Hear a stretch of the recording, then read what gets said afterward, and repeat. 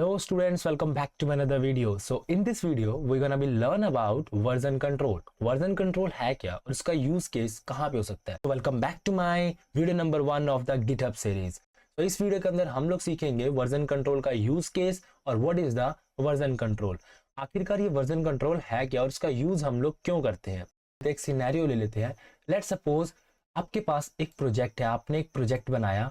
ठीक है, this is the project. ये आपका एक प्रोजेक्ट है.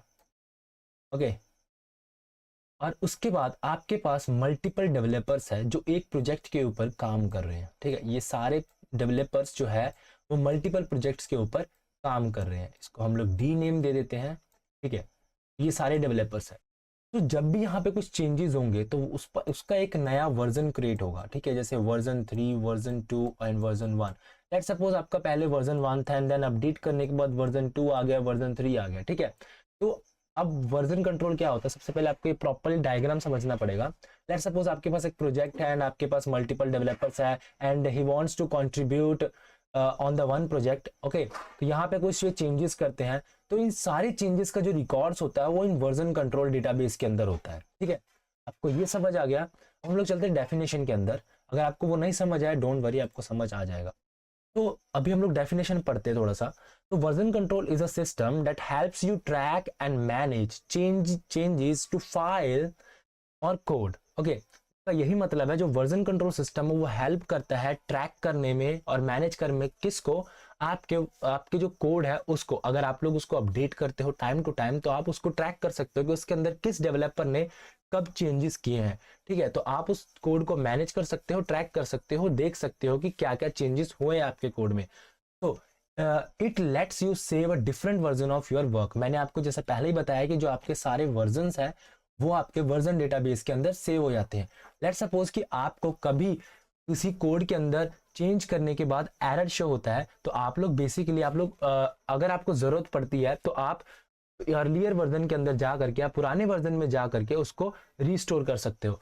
तो वही आगे लिखा हुआ है, so you can go back an earlier version if needed. अगर आपके ने कुछ चेंजेस कर दिया, आपके डेवलपर ने कुछ चेंजेस किया हुआ है जिसने कोलैबोरेट किया था. ठीक है, अगर आपके प्रोजेक्ट में कुछ चेंजेस है then you have to go back to the earlier version. Okay, तो आप उसको रिस्टोर कर सकते हो वर्जन कंट्रोल डेटाबेस से and see who made specific changes and when. जैसा कि मैंने आपको पहले बताया कि इसके अंदर आप लोग देख सकते हो कि पर्टिकुलर चेंजेस किस डेवलपर ने कर रखी है. ओके, तो think of a like save history.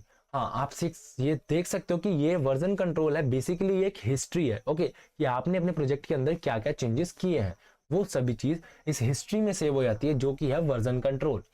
अब इसके अंदर हम लोग क्या क्या कर सकते हैं, जैसा कि मैंने बताया कि कोलैबोरेट कर सकते हैं, रिवर्ट कर सकते हैं, ट्रैक चेंजेस कर सकते हैं. ट्रैक चेंजेस के अंदर क्या है, keep a record of every modification, यानी हर एक मॉडिफिकेशन, हर एक पर्टिकुलर मॉडिफिकेशन की जो हिस्ट्री है वो यहाँ पे सेव हो जाती है. कोलैबोरेट का मतलब क्या है, multiple people can work on the same project और and version control have to merge everyone's project smoothly. यानी कि मल्टीपल जो डेवलपर्स है वो एक ही प्रोजेक्ट के ऊपर काम कर सकते हैं और आफ्टर दैट आप लोग उसको मर्ज कर सकते हो, सभी के वर्क को मर्ज कर सकते हो easily. Revert if something goes wrong.